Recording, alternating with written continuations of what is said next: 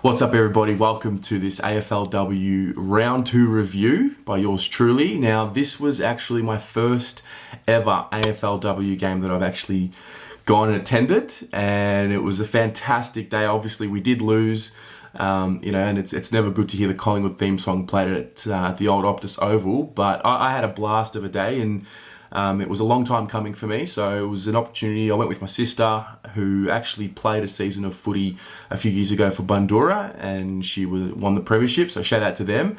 Unfortunately, I missed that entire season as I was living overseas, and obviously I was following online and whatnot.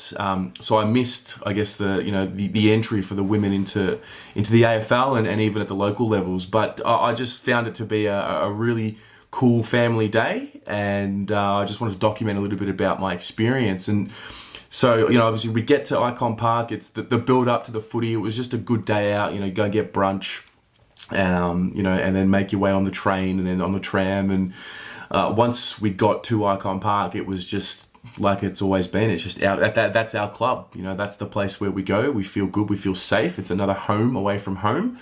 There was a good buzz around the place. I didn't really know what to expect in terms of match day activities. Were there bars there? But it was good to see it was all normal. It was, face painting, and the crowd, for me, I compare it a little bit to the NBL crowd, very family orientated, and no crazy behavior. It was a little bit hot and a little bit of a microwave on one part of the ground, particularly under the cover.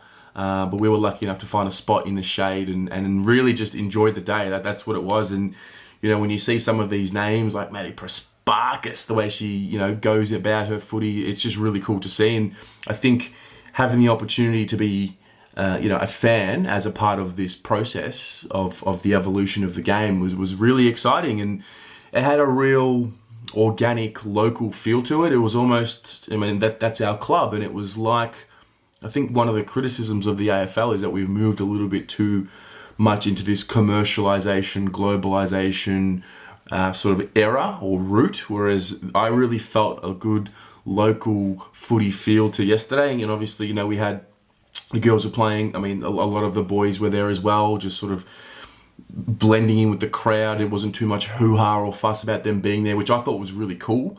I guess the atmosphere was great. Obviously it's not quite the same as, the AFL competition, and that's fine. I don't think it needs to be. It's something that's very early in its inception, and you can probably also tell just with the fluidity of the game, it doesn't move as much. I find it to be very high skilled in the contest. I think just the longer movement of the ball stuff is a little bit behind, I guess, the men's game, but it doesn't matter. It's not a problem. It just is what it is. And I found it to be not too dissimilar to watching, your under 19s playing when you wait for your team to play, or if you watch the reserves, and I guess even if you watch our Northern Blues play. Having said that, make no mistake about it, some of these girls are so tough. And the way that they attack the contest is incredible. Sarah Hosking laid a massive tackle yesterday, which happened pretty close to where I was standing, and you just felt the thud of that. Having said that, both Hosking twins I thought were fantastic yesterday, just their attack on the footy. And, you've got these new names that are popping up, like I just mentioned, Prasparkas, Grace Egan yesterday. Jesus, that girl, the way she moves her hips and her footwork in traffic is very impressive. And that's the one thing I took away from yesterday. It was the work in traffic. It's very high level. It's just that longer ball movement.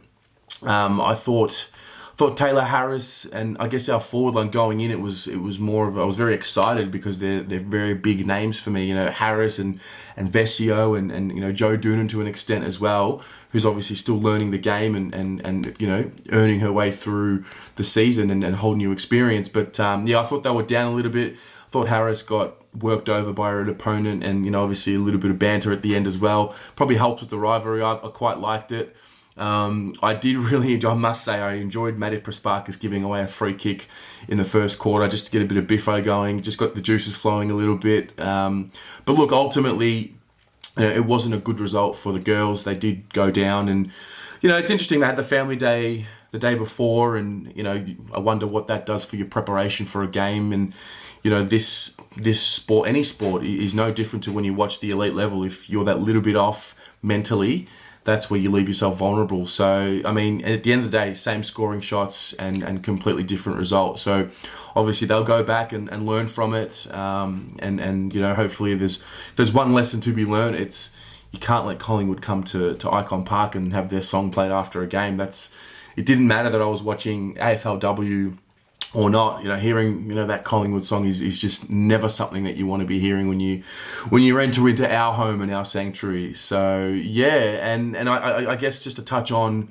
the experience and moving forward, like I'm excited. I think it was an interesting layer of life and something I'd never done before. I was hanging out with my sister at an AFLW game. It's just really cool, and some kudos needs to go, I guess, to the AFL, because we live in a very conservative society here, and new ideas are generally met with a pushback, and it's good to see that this is still consistently pushing through. And in 10, 20, 30 years time, the generation will be looking back on how AFLW was introduced into society and what it had to endure, and I'm looking forward to it. And I think even just through creating content for the women here, you sort of see a little bit of the backlash online, and then you get a feel for what I really only see a small percentage of what I guess these players are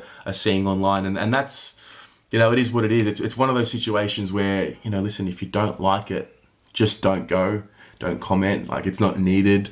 Your input's not necessary. But anyway, we're going to get there. I think it's one of those things where, like, it's happening. It's here. Stop complaining about it. If you don't want to be a part of it, no worries. We're still going to keep playing. And kudos to the girls. Kudos to the coaches. Kudos to the entire league for making this happen. I thoroughly enjoyed myself, and I can't wait to get out there again and watch the girls hopefully surge up and rise up the ladder and make a real contest of it, and hopefully make the grand final again and win the premiership and have our song played at our home ground, as premiers. So that's me. What about you? Did you get down there? Did you get to see the game? What did you think? Let me know in the comments below.